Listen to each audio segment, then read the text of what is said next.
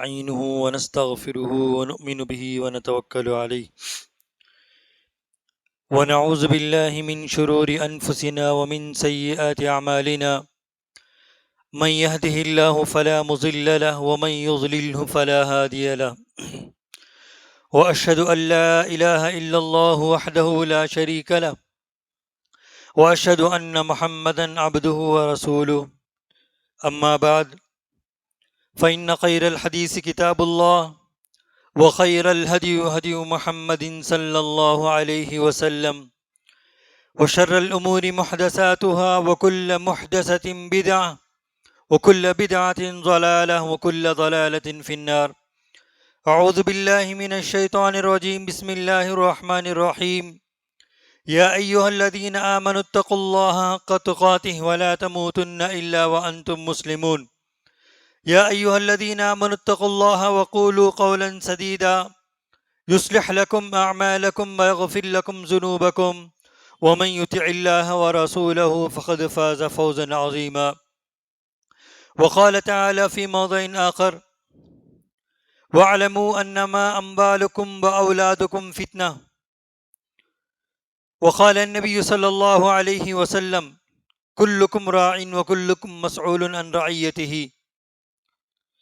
ہر قسم کی تعریفیں، حمد و ثنا، کبریائی اور بڑائی اللہ تبارک و تعالیٰ ہی کے لیے۔ درود سلام نازل ہو میرے اور آپ کے آقا جناب محمد رسول اللہ صلی اللہ علیہ وسلم پر۔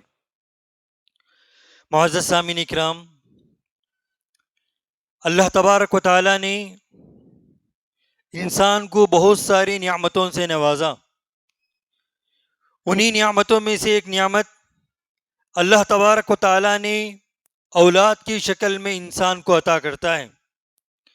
یہ اللہ تبارک و تعالیٰ کا دستور ہے کہ اللہ تبارک و تعالیٰ اپنے بندوں میں سے جس کو چاہے مرد عطا کرتا ہے، اور جس کو چاہے بیٹیاں عطا کرتا ہے، اور جس کو چاہے اللہ تبارک و تعالیٰ دونوں ملا کر عطا کرتا ہے، اور کسی کو اللہ تبارک و تعالیٰ نے بانجھ بنا دیتا ہے۔ لیکن اللہ تبارک و تعالیٰ نے جن کو بھی اس نعمت سے نوازا ہے، اللہ تبارک و تعالیٰ نے اس نعمت کی قدر کرنے کی تعلیمات دی گئی، کیونکہ اتنی بڑی نعمتیں ہیں کہ اس کے بدولت انسان اللہ تبارک و تعالیٰ کا قربت حاصل کرنے اور جنت جیسی نعمت کو حاصل کرنے کا ایک بہترین ذریعہ ہے۔ جب اللہ تبارک و تعالیٰ نے اتنی بڑی انعام رکھا گیا ہے، اگر اس کی ناقدری میں اللہ تبارک و تعالیٰ نے اتنی سخت وعید بھی سنائے گئے ہیں۔ اسی لیے اللہ تبارک و تعالیٰ قرآن مجید میں اولاد کے سلسلے میں کیا فرمایا؟ انما اموالکم و اولادکم فتنہ۔ کہیں اللہ تبارک و تعالیٰ نے وَاعْلَمُوا أَنَّمَا أَمْوَالُكُمْ وَأَوْلَادُكُمْ فِتْنَةٌ، بے شک یہ تمہارے مال اور تمہارے اولاد تمہارے لیے ایک آزمائش ہے۔ یقیناً اولاد اللہ تبارک و تعالیٰ کی بڑی نعمتیں ہیں۔ آپ ان لوگوں سے سوال کر کر دیکھ لیجئے جو شادی شدہ ہونے کے باوجود اولاد کے دولت سے محروم ہیں، یا جن کو اللہ تبارک و تعالیٰ نے اولاد جیسی نعمتوں سے نوازا، لیکن اللہ تبارک و تعالیٰ کی مصلحت کے خاطر اللہ تبارک و تعالیٰ نے ان کو اٹھا لیا۔ ایسے لوگوں سے اولاد کی قدر پوچھ کر دیکھ لیجئے، اولاد کی اہمیت ان لوگوں سے پوچھ کر دیکھ لیجئے جن کو اللہ تبارک و تعالیٰ نے ان اولاد جیسی نعمتوں سے محروم کر رکھا ہے۔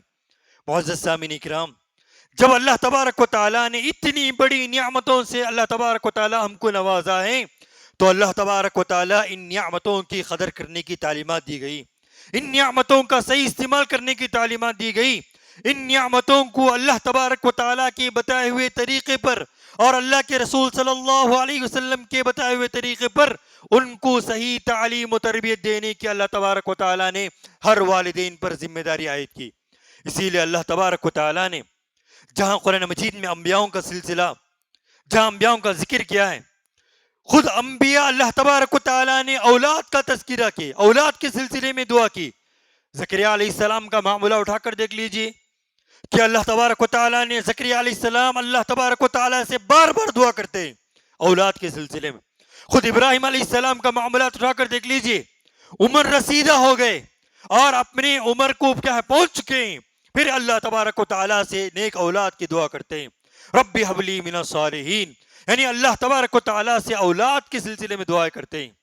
معزز سامعین کرام، جب اللہ تبارک و تعالیٰ اتنی بڑی نعمتوں سے اللہ تبارک و تعالیٰ کسی کو نوازا ہے تو ان پر ضروری ہے کہ اس کی قدر کریں، اس کی اہمیت کو جانیں، اور اللہ تبارک و تعالیٰ نے والدین پر کیا ذمہ داری عطا کی ہے اولاد کے حقوق کے سلسلے میں، اولاد کے سلسلے میں، ان کی تعلیم کے سلسلے میں، ان کی تربیت کے سلسلے میں، اور ان کے جسمانی حقوق کے سلسلے میں اللہ تبارک و تعالیٰ نے والدین کو کیا ذمہ داری عطا کی۔ آج دیکھ لیجئے کہ اولاد ملتے ہی والدین کی آنکھیں کھل جاتے ہیں کہ والدین کو جو نعمتیں جس وجہ سے عطا کیا اللہ تبارک و تعالیٰ نے، ان تمام چیزوں کو بھول جاتے ہیں۔ بس یہ اللہ تبارک و تعالیٰ نے نعمت دی، ان نعمتوں کو لے کر یہ خوش ہو جاتے ہیں کہ میرے ایک وارث بن گئے، لیکن وارث، حقیقی وارث بنانے کی اللہ تبارک و تعالیٰ ہم تمام کو تعلیم دیتے ہیں۔ قرآن مجید میں بچوں کی تعلیم اور تربیت کے سلسلے میں ہم کو یہی حکم دیا جاتا ہے کہ بچوں کو بچپن ہی سے صحیح تعلیم دی جائے، صحیح تربیت کی جائے۔ آج ہمارے والدین کا معاملہ دیکھ لیجئے کہ اللہ تبارک و تعالیٰ نے جو نعمتوں سے جو نعمت اولاد کی شکل میں والدین کو عطا کیا ہے، کہ جب اللہ تبارک و تعالیٰ نے نعمت عطا کرنے کے بعد والدین کا حق بنتا ہے کہ بچوں کا کیا حقوق ہے، میری کیا ذمہ داری ہے کہ میں اپنے بچوں کو صحیح تعلیم و تربیت کروں۔ کہ آج کتنے ایسے والدین ہیں کہ اولاد جیسی نعمت ملنے کے باوجود پریشان حال، جبکہ اللہ تبارک و تعالیٰ ان کو تمام تر دولتوں سے نوازا، مال و دولت سے نوازا، حسب و نسب سے نوازا، لیکن اولاد کے پریشانی سے کتنے کیا ہے لاچار ہیں، اولاد کے بگاڑ کی وجہ سے والدین کتنے پریشان ہیں۔ اسی لیے قرآن مجید میں جہاں والدین کو حکم دیا جاتا ہے کہ اولاد کو بچپن ہی سے صحیح تعلیم و تربیت کرنے کی تعلیم دیجیے، اللہ کے رسول صلی اللہ علیہ وسلم کی سیرت اٹھا کر دیکھ لیجئے کہ اللہ کے رسول صلی اللہ علیہ وسلم جب بھی بچوں کے درمیان سے گزر ہوتے خود آگے بڑھ کر سلام کرتے، بچوں کو دیکھتے اور اللہ کے رسول صلی اللہ علیہ وسلم خود آگے بڑھ کر سلام کرتے۔ اسی لیے اسلامی تعلیمات میں اٹھا کر دیکھ لیجئے جہاں مردوں کے حکم دیا گیا کہ فرائض کے علاوہ باقی سنت و نوافل اپنے گھروں میں ادا کرنے کی تعلیمات دی گئی۔ کیا وجہ ہے کہ اگر بچے والدین کو دیکھیں گے، والدین کی حرکتوں کو دیکھیں گے، بچے قبول کریں گے۔ اسی لیے قرآن مجید میں اللہ تبارک و تعالی ہم کو یہی حکم دیا جاتا ہے کہ والدین کی ذمہ داری ہے کہ اولاد کی صحیح تعلیم و تربیت کا بندوبست کریں۔ سب سے پہلی چیز، کیا اللہ تبارک و تعالیٰ کی نعمت کی قدر کس طریقے سے کریں، والدین کی ذمہ داری کیا ہے کہ اولاد کی تربیت کیسے کریں۔ تو سب سے پہلی چیز قرآن مجید میں ہم کو یہی تعلیم دیا جاتا ہے کہ والدین اپنے اولاد کے لیے ایک نمونہ بنے، ایک آئیڈیل بنے۔ سب سے پہلی ذمہ داری یہ ہوتی ہے کہ والدین اپنے اولاد کے لیے نمونہ بنے، کیونکہ بچے بچپن ہی سے والدین کی حرکت کو دیکھ کر کیا نقل کرنے والے ہوتے ہیں، وہ عکاسی کرنے والے ہوتے ہیں، اور جیسے بڑے کرتے ہیں ویسی حرکت کرنے والے تھے، جو بڑے کرتے ہیں ان حرکتوں کو اپنی پوری زندگی پر نقل کرنے والے ہوتے ہیں۔ آج دیکھ لیجئے اگر والدین دیندار ہو، نمازی ہو، جھوٹ بولنے سے پاک ہو اور صحیح تعلیم و تربیت پانے والے والدین ہو، اپنے اولاد پر دیکھ سکتے ہیں اس کے کیا ہیں اثرات۔ اگر بچے والدین نماز پڑھتے ہیں اولاد نمازی بنیں گے، والدین کیا ہیں صوم و صلاۃ کی پابندی ہیں تو اولاد بھی صوم و صلاۃ کی پابندی کرنے والے بنیں گے۔ اگر والدین اچھے اخلاق کے پیکر ہیں، اولاد والدین کے اخلاق کو دیکھ کر اچھے پیکر کے اخلاق کو اپنانے والے بنیں گے، کیونکہ بچے عکاسی کرنے والے ہوتے ہیں۔ اسی لیے اسلام ہم کو سب سے پہلے تعلیم دیتے ہیں کہ اپنے والدین کی ذمہ داری یہ ہوتی ہے کہ اپنے بچوں کے لیے ایک بہترین آئیڈیل بنے، ایک بہترین نمونہ بنے۔ کیونکہ آج ہم دیکھ سکتے ہیں کہ ہمارے والدین کا معاملہ کیا ہے کہ بچوں کے سامنے کیا اگر بچوں کو حکم دے نماز پڑھنے کا، بچوں کو حکم دے جھوٹ بولنے سے منع کرنے کا، بچوں کو صحیح تعلیمات دیں، بچے کب عکس کر سکتے ہیں، بچے کب قبول کر سکتے ہیں؟ جب ہم ان کو پریکٹیکل ہم بتائیں گے، ہم ان کو کر کر بتائیں گے، تبھی چل کر بچے اس کو قبول کرتے ہیں۔ آج ہم گھر میں لیٹے رہتے ہیں، بچوں کو نماز کا حکم دیتے ہیں، کیا بچے نمازی بن جائیں گے؟ کیا ہم بچوں کے سامنے کسی اور کے غیبت کریں گے، کسی اور کے چغل خوری کریں گے، یا کسی معاملات میں دھوکہ دیں گے، یا کسی معاملات میں کسی کو کیا نقصان پہنچائیں گے؟ اگر یہ بچے دیکھیں گے، کیا بچے امانت دار بن جائیں گے؟ کیا بچے کیا دیندار بن جائیں گے؟ عین والدین کے مطابق بچے کیا ہیں؟ رونما پاتے ہیں. بچے جیسے والدین کی حرکت دیکھتے ہیں اسی حرکت کو اپنا کر زندگی گزارنے والے بنتے ہیں. اسی لیے ہم میں سے ہر آدمی کے لیے ضروری ہے، ہر والدین کے لیے ضروری ہے کہ ہم اپنے اولاد کے لیے سب سے پہلے ایک نمونہ بنے، ایک آئیڈیل بنے ہر اچھے کام میں. اسی لیے قرآن مجید میں اللہ تبارک و تعالیٰ نے کیا فرمایا؟ خو انفسکم و اہلیکم نارا. سب سے پہلے اپنے آپ کو، اپنے گھر والوں کو جہنم کی آگ سے بچانے کی تعلیمات دی گئی. معزز سامعین کرام، جب والدین کی ذمہ داری میں سے سب سے پہلی ذمہ داری یہ ہے کہ اگر ہم دیندار بنیں گے، ہم ایک اسلامی لبادہ کو اوڑھ کر اپنے اولاد کے سامنے دینی تعلیمات کے مطابق زندگی گزاریں گے، واقعی اولاد کو بولے بغیر خود اولاد دیکھ کر کیا ہے دیندار بنیں گے، نمازی بنیں گے، اور کیا ہے دین کے احکامات پر عمل کرنے والے بنیں گے. اور والدین کی دوسری ذمہ داری یہ ہے، جہاں اپنے اولاد کی دینی تعلیم و تربیت کرتے ہیں وہاں اپنے اولاد کو برائیوں سے بچانے کی ذمہ داری بھی ہوتی ہے. کیونکہ اسلام میں دونوں تعلیمات دی گئی. صرف اسلام میں نیکی کا حکم دینے کا کیا ہے صرف تعلیمات نہیں دیا گیا، بلکہ اسلام نے نیکی کی تعلیمات دینے کے ساتھ ساتھ برائی سے روکنے کا بھی حکم دیا گیا. اسی طریقے سے والدین کی ایک ذمہ داری یہ بھی ہوتی ہے کہ اپنے اولاد کو جہاں دیندار بنانا چاہتے ہیں اسی طریقے سے وہاں ان کو ہر برائی پر آمادہ کرنا چاہیے، ان کو برائی بتانا چاہیے. اسی لیے اللہ کے رسول صلی اللہ علیہ وسلم نے کیا حکم دیا گیا کہ اگر بچہ 7 سال ہو جائیں تو نماز پڑھنے کا حکم دیں، اگر وہ 10 سال کا ہو جائیں، اگر نماز کو ترک کرنے والا بنے اس کو مار کر نمازی بنانے کا حکم دیا گیا. معزز سامعین کرام، آج دیکھ لیجئے ہمارا معاملہ کیا ہے. نہ گھر کے بڑے افراد میں دینداری ہے، نہ گھر کے مرد میں کیا دینداری ہے، نہ گھر کے خواتین میں دینداری ہے، نہ گھر کے اولاد میں دینداری ہے. پھر بڑے بڑے آرزویں، بڑے بڑے تمنائیں، کیا ہمارا بچہ کیا ہے نمازی بن جائے گا، ہمارا بچہ کیا ہے بڑے اچھے اخلاق والا پیکر والا بن جائے گا. کب بنے گا؟ جب والدین ان کے سامنے کے ایک آئیڈیل بنیں گے، والدین ان کے لیے ایک بہترین نمونہ چھوڑیں گے تو بچے واقعی معنوں میں کیا ہے اسے نکلیں گے. اسی لیے قرآن مجید میں ہم کو یہی تعلیمات دیتے ہیں کہ والدین سب سے پہلے بچوں کے لیے ایک آئیڈیل بننا چاہیے، ہر طریقے سے آئیڈیل، چاہے وہ کاروبار کے معاملات ہو، لین دین کے معاملات ہو، یا کھانے پینے کے معاملات ہو، اور زندگی گزارنے کا ہر طریقے میں والدین کو دیکھ کر اولاد سیکھتے ہیں. جب اسلام نے ہم کو اتنی تعلیمات دی گئی تو ضرورت اس بات کی ہے کہ ہم اپنے اولاد کی تربیت پر غور کریں، فکر کریں. دوسری چیز، والدین کی ذمہ داریوں میں سے ایک ذمہ داری یہ ہے کہ آج کتنے ایسے والدین ہیں غیروں سے اپنا تعلقات کو مضبوط کر لیتے ہیں، اپنا رشتہ کیا ہے چاہے دوستانہ ماحول پیدا کر لیتے ہیں، جبکہ اسلام نے ہمارے لیے یہی تعلیم دیا گیا ہمارا بہترین دوست ہمارا اولاد ہونا چاہیے. کیونکہ ہم نے اپنے اولاد کو دوست بنانا ہی بھول گئے، جس کی وجہ سے نہ تو ہم ان کو نیکی کا حکم دیتے ہیں نہ تو ہم ان کو برائی سے روکتے ہیں. اسی لیے ہمارے اور والدین اور اولاد کے درمیان ایک بہت بڑا فاصلہ پیدا ہو جاتا ہے، ایک دوستانہ ماحول نہیں ہوتا ہے.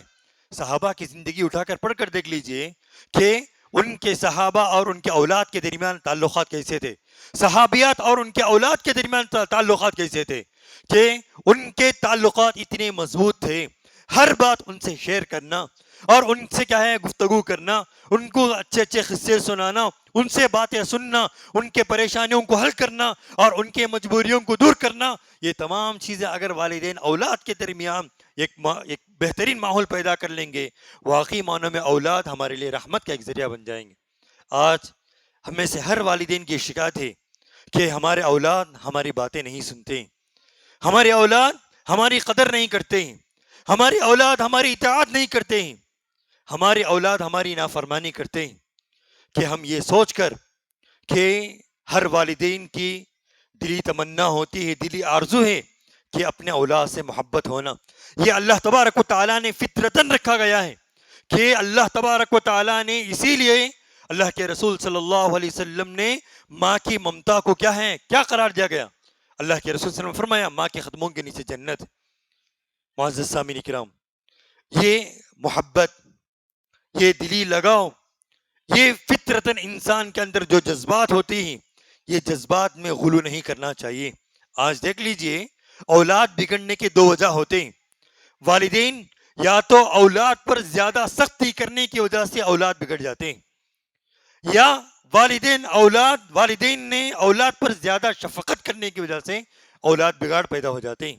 لیکن آج کا معاملہ کیا ہے کہ آج حد سے زیادہ اولاد پر بھروسہ، حد سے زیادہ اولاد پر محبت، حد سے زیادہ اولاد پر شفقت، یہ فطری جذبات ہیں۔ اولاد سے محبت کرنا، اولاد سے شفقت کرنا ایک فطری جذبات ہے، اسلام اس کو منع نہیں کرتا ہے، لیکن اپنے جذبات کو قابو میں رکھ کر اولاد سے محبت کرنا چاہیے۔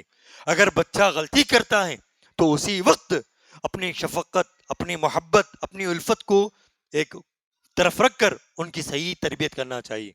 اسی لیے قرآن مجید میں ہم کو یہ تعلیم دیتے ہیں کہ اللہ تبارک و تعالی وَعْلَمُوا أَنَّمَا أَمْوَالُكُمْ وَأَوْلَادُكُمْ فِتْنَةٌ، بے شک یہ تمہارے مال، تمہارے اولاد تمہارے لیے ایک آزمائش ہے۔ یہ آزمائش خیر میں بھی ہو سکتی ہے اور شر میں بھی ہو سکتی ہے۔ خیر، اللہ تبارک و تعالیٰ کی تعلیمات پر عمل کریں گے، سمجھے یہ اولاد ہمارے آنکھوں کی ٹھنڈک بنیں گے۔ اسی لیے اللہ کے رسول صلی اللہ علیہ وسلم نے فرمایا کہ اذا مات الانسان انقطع عمله الا من ثلاث، جب انسان انتقال کر جاتا ہے اس کے بعد بھی اس کو نیکی پہنچنے کے 3 ذرائع ہیں، ان میں سے ایک ذریعہ یہ ہے کہ نیک اولاد۔ جب بھی اولاد دعا کریں گے تو والدین کے حق میں اللہ تبارک و تعالیٰ ان کے درجات کو بلند کرے گا۔ یہ تب ہوں گے جب کہ ہم اپنی زندگی میں اپنے اولاد کو نیک بنائیں گے، صالح بنائیں گے۔ تو اسی لیے قرآن مجید میں جہاں والدین کی ذمہ داری عائد ہوتی ہے کہ انہی میں سے ایک ذمہ داری یہ ہے کہ اپنے اولاد کو تعلیم کا بندوبست کیا جائے۔ آج تعلیم کے معاملات میں اگر گفتگو کیا جائے تو اس میں بھی والدین کے 2 کیٹیگری بن جاتے ہیں۔ بعض والدین صرف اولاد کو دینی تعلیم سے محروم کر کر دنیاوی تعلیم پر کیا توجہ دلا دیتے ہیں کہ بچے کو ڈاکٹر بنا دیتے ہیں، بچے کو انجینئر بنا دیتے ہیں۔ اسلام تو منع نہیں کرتا کہ تم اپنے اولاد کو ڈاکٹر مت بناؤ، تم اپنے اولاد کو انجینئر مت بناؤ، اسلام منع نہیں کرتا، لیکن اسلام نے ہم کو یہ تعلیم دیتا ہے کہ تم اپنے اولاد کو صحیح تعلیم، توحید کی تعلیم دینے، صحیح عقیدے کی تعلیم دینے کی اسلام ہم کو تعلیم دیتے ہیں۔ معزز سامعین اکرام، قرآن مجید کی تعلیمات رہا کر دیکھ لیجئے، جہاں اسلامی ماحول میں جہاں ہم رہتے ہیں اگر ہمارے اولاد کے اندر بگاڑ پیدا ہو جائیں تو اس خوف سے انبیاء اللہ تبارک و تعالیٰ سے دعا کرتے تھے۔ کن چیزوں کی دعا کرتے تھے؟ خود ابراہیم علیہ السلام کی دعا میں سے ایک دعا کیا ہے؟ وَجُنُوبْنِي وَبَنِيَّ أَن نَّعْبُدَ الْأَصْنَامَ۔ ابراہیم علیہ السلام دین کی دعوت دی، اسلام قبول کیے۔ اس زمانے میں کیا ہے، بتوں کی عبادت کرنے والے لوگ کثیر تھے، لیکن اپنے اولاد ہونے کے باوجود بھی اپنے اولاد کی فکر کرتے رہے۔ کس بات کی فکر کرتے رہے؟ وَجُنُوبْنِي وَبَنِيَّ أَن نَّعْبُدَ الْأَصْنَامَ، یعنی ان بتوں کی عبادت کرنے سے اپنے اولاد کو بچانے کے اللہ تبارک و تعالیٰ سے دعا کرتے۔ آج جہاں توحید پر عمل کرنے والے، صحیح عقیدے پر عمل کرنے والے، اپنے اولاد کو ہمیشہ فکر کرنا چاہیے، کیونکہ آج ہمارے ارد گرد دیکھ سکتے ہیں کہ شرک میں ڈوبے ہوئے لوگ، بدعات میں، خرافات میں ڈوبے ہوئے لوگ ہمارے ارد گرد رہتے ہیں۔ کہیں ایسا نہ ہو کہ باپ متقی پرہیزگار ہے، باپ صحیح العقیدہ ہے، لیکن اولاد کے اندر کیا ہے، عقیدے میں بگاڑ پیدا نہ ہو جائیں، اولاد کے اندر شرک داخل نہ ہو جائیں، اولاد کے اندر کیا ہے، بدعتیں داخل نہ ہو جائیں۔ یہ والدین کی ذمہ داری ہے کہ اپنے اولاد کی ایمان کی حفاظت کی جائے۔ معزز سامعین کرام، اسی لیے لقمان حکیم نے قرآن مجید میں ان کی اپنے اولاد کی نصیحت کو نقل کرتے ہوئے کیا فرمایا؟ اپنے اولاد کو بہت سارے نصیحت کیے۔ سب سے پہلی نصیحت لقمان حکیم نے اپنے اولاد کو کیا کی؟ یا بنی لا تشرک باللہ، اے اولاد، اے میرے بیٹے، تم اللہ تبارک و تعالیٰ کے ساتھ کسی اور کو شریک نہیں ٹھہرانا۔ ان الشرک لظلم عظیم، بے شک شرک اللہ تبارک و تعالیٰ کے پاس بہت بڑا جرم ہے۔ معزز سامعین کرام، آج ہم دیکھ سکتے ہیں ہماری روزمرہ زندگی میں ہمارے والدین کی ذمہ داری کیا ہے کہ ہم نے رہتی دنیا کے لیے اتنے مشغول ہو گئے کہ اللہ تبارک و تعالیٰ نے اولاد کے دولت سے تو نواز دیا، لیکن ہم نے ان کی حقیقت کو نہیں پہچانا۔ ہم نے اس کی جس طرح اس کی قدر کرنا ہے اس طرح ہم نے قدر نہیں کی۔ بس اللہ تبارک و تعالیٰ نے نعمت دے دیا، ہم یہ سوچ لیے کہ ہم نے ان کو چند تعلیمات پڑھا دیے، ان کے جسمانی حقوق ادا کر لیے، اور ان کو اچھے اچھے کپڑے لے کر دے دیے، ان کو کھانے پینے کے اشیاء فراہم کر دیے، اور ان کو شادی بیاہ کر دیے۔ ہم یہ سوچ لیے کہ ہماری ذمہ داری ختم ہو گئی۔ معزز سامعین کرام، یہ ذمہ داری حقیقی ذمہ داری نہیں ہے۔ حقیقی ذمہ داری تو یہ ہے کہ اپنے اولاد کو دیندار بنائیں، اپنے اولاد کو نمازی بنائیں، اپنے اولاد کو اللہ تبارک و تعالیٰ کی نافرمانی سے بچائیں، اور اپنے اولاد کو متقی پرہیزگار بنائیں۔ اسی لیے اللہ تبارک و تعالیٰ نے قرآن مجید میں جہاں والدین میں سے جتنا والد کی ذمہ داری عائد کی ہے، اس سے کئی گنا زیادہ والدہ پر عائد کی گئی ہیں۔ اسی لیے اللہ کے رسول صلی اللہ علیہ وسلم نے فرمایا، کلکم راعین وکلکم مسئول عن رعیتہ، ہم میں سے ہر آدمی اللہ تبارک و تعالیٰ کے پاس مسئول ہے۔ اگر میں والد ہوں، اپنے اولاد کے سلسلے میں اللہ تبارک و تعالیٰ مجھے سوال کرے گا۔ اگر والدہ ہیں، اللہ تبارک و تعالیٰ ان سے سوال کرے گا اپنے اولاد کی تعلیم، اپنے اولاد کی صحیح تعلیم و تربیت کے سلسلے میں۔ اسی لیے اللہ کے رسول صلی اللہ علیہ وسلم نے ہر آدمی کو اپنی اپنی جگہ پر ذمہ داری عائد کی ہے۔ اسی لیے آج ہم میں سے ہر آدمی کو غور کرنا چاہیے۔ آج ہمیں دنیا کمانے کے سلسلے میں، دنیا بنانے کے سلسلے میں، دنیا کو حاصل کرنے کے سلسلے میں اتنا مگن ہو گئے کہ اپنے اولاد کا نہ تعلیم کی فکر ہے، نہ تربیت کا فکر ہے، نہ اپنے اولاد کے جسمانی طور پر کیا جسمانی حقوق کا فکر ہے۔ ہم کو صرف پیسے کمانا، ہم کو صرف کیا ہے بلڈنگیں بنانا، ہم کو صرف مال و دولت میں اضافہ کرنا، یہی بس رہ گیا ہے۔ معزز سامعین کرام، غور کرنے کی بات ہے کہ اللہ تبارک و تعالیٰ نے اولاد جیسی بڑی نعمت ہم کو نوازا ہے، تو ہم اس کی صحیح معنوں میں قدر کرنی چاہیے، صحیح معنوں میں اس کی استعمال کرنی چاہیے۔ جہاں تک ہم کو ضرورت اس بات کی ہے کہ اپنے اولاد کو دینی تعلیمات دیں، قرآن سے جوڑیں، کیونکہ اللہ تبارک و تعالیٰ نے قرآن مجید میں والدین کی بڑی ذمہ داری یہ عائد کی ہے کہ قرآن مجید کی تعلیمات بتائیں، قرآن مجید کی تعلیمات دے، بچوں کو بچپن ہی سے کیا ہے قرآن سے لگاؤ پیدا کریں، قرآن سے شفقت پیدا کریں۔ آج کتنے ایسے والدین ہیں کہ افسوس کے ساتھ کہنا پڑ رہا ہے کہ نہ تو والدین قرآن پڑھنے والے بنے، نہ اپنے اولاد کو قرآن سے جوڑنے والے بنے، کیونکہ نہ تو والدین کو پڑھنے کا اللہ تبارک و تعالیٰ نے موقع دیا، نہ اولاد کو پڑھانے کا موقع دیا، بس ایسے ہی زندگی گزار دیتے ہیں۔ کیونکہ قرآن مجید اللہ تبارک و تعالیٰ کا ایک زندہ معجزہ ہے۔ اگر ہم اس پر غور کریں گے، تدبر تفکر کریں گے، تو اللہ تبارک و تعالیٰ نے واقعی قرآن مجید میں ہمارے لیے کیا کیا چیزیں رکھا گیا ہے۔ اسی لیے صحابہ اللہ کے رسول صلی اللہ علیہ وسلم کی زندگی کا واقعہ پڑھ کر دیکھ لیجئے۔ اسی طریقے سے ایک واقعہ ہے، اللہ کے رسول صلی اللہ علیہ وسلم کے زمانے میں مدینے سے تھوڑے فاصلے پر ایک علاقے میں جب ایک مسجد تعمیر کی گئی، مسجد میں اماموں کا مسئلہ آ گیا، کن کو امام بنایا جائے گا۔ تو اس زمانے میں اللہ کے رسول صلی اللہ علیہ وسلم کی حدیث کیا ہے کہ تم میں سے جو قرآن زیادہ پڑھنے والا ہے، قرآن زیادہ جس کو یاد ہے، وہ آدمی امامت کرے گا۔ اللہ کے رسول صلی اللہ علیہ وسلم کی یہ حدیث ہے۔ عمر بن سلمہ رضی اللہ عنہ، تو اس علاقے کے لوگ جمع ہو گئے، اب امامت کا مسئلہ ہے، کس کو امام بنائیں گے۔ آج خود ہر مسجد کا مسئلہ دیکھ لیجئے، ایک 5-10 منٹ کے لیے امام نہیں آئے تو مصلی ایک دوسرے کے چہرے دیکھنے والے بن جاتے ہیں، کون آگے بڑھے گا، کون امامت کرے گا، کون نماز پڑھائے گا۔ معزز سامعین کرام، کہ ہم میں سے ہر آدمی کے لیے اتنی ضروری ہے کہ اپنے دین کے کم از کم اتنا علم حاصل کریں کہ اگر امام کی غیر موجودگی میں بآسانی کے ساتھ ہم نماز پڑھانے والے بنے۔ تو عمر بن سلمہ رضی اللہ عنہ کا واقعہ کہ جب محلے کے لوگ جمع ہو گئے کن کو امام بنایا جائے، اللہ کے رسول صلی اللہ علیہ وسلم کی حدیث کیا ہے، تم میں سے جو قرآن زیادہ یاد ہو اس کو امام بنایا جائے۔ اس وقت عمر بن سلمہ رضی اللہ عنہ کہ اپنے عمر کے 7 سال کے تھے، ان کے سامنے بڑے بڑے صحابہ، عمر رسیدہ اور عمر کے اعتبار سے بڑے، تجربے کے اعتبار سے بڑے اور ایمان لانے میں آگے بہت سارے صحابہ موجود تھے، لیکن اللہ کے رسول صلی اللہ علیہ وسلم کی حدیث کو آگے رکھتے ہوئے انہوں نے عمر بن سلمہ رضی اللہ عنہ کی امامت کے لیے آگے بڑھایا۔ ان کی عمر کیا تھی؟ صرف 7 سال کی تھی۔ حدیث میں آتا ہے کہ ان کے جذبات، ان کے خواہشات کو سوال کیا گیا، تو سوال کرنے پر عمر بن سلمہ رضی اللہ عنہ کہتے ہیں کہ میں مدینے کے گلی چوراسے پر بیٹھتا تھا، جب بھی کوئی قافلہ گزرتے ان سے میں سوال کرتا کہ آپ نے اللہ کے رسول سے کن کن آیتوں کو یاد کیا، مجھے سنائیے، میں یاد کر لیتا ہوں۔ اس طریقے سے ان کے وہ تڑپ تھی۔ 7 سال کی عمر میں لوگوں کی امامت کرنے والے بن گئے، لیکن آج دیکھ لیجئے عمر رسیدہ بن گئے، تجربہ پر تجربہ حاصل کر لیے، لیکن قرآن پڑھنے سے قاصر رہ گئے، نہ قرآن پڑھانے سے قاصر ہو گئے۔ اللہ کے رسول صلی اللہ علیہ وسلم نے کیا فرمایا؟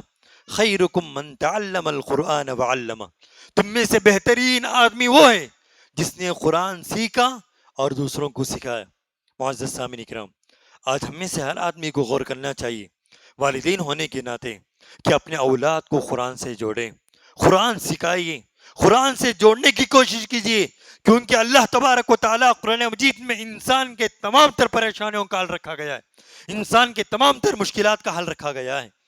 اسی لیے آج ہم میں سے ہر والدین کی ذمہ داری یہ ہے کہ اپنے آپ کو قرآن سے جوڑیں اور اپنے اولاد کو قرآن سے جوڑیں، اپنے اولاد کو قرآنی تعلیمات سے آراستہ کریں۔